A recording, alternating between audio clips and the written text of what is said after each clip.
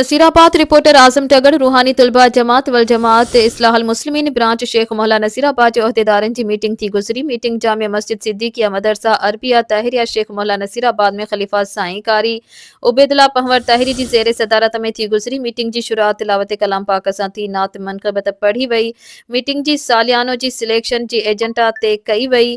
आयल सभिनी उहदेदारन खां सलाह मशवरा वरता विया। हिक हिक उहदेदार पंहिंजी तजवीज़ पेश कई। उहदेदारन खां ईंदड़ साल लाइ पंहिंजे दिलो जान सां दीनी ख़िदमतूं करण लाइ पंहिंजा उहिदा तजवीज़ कया विया।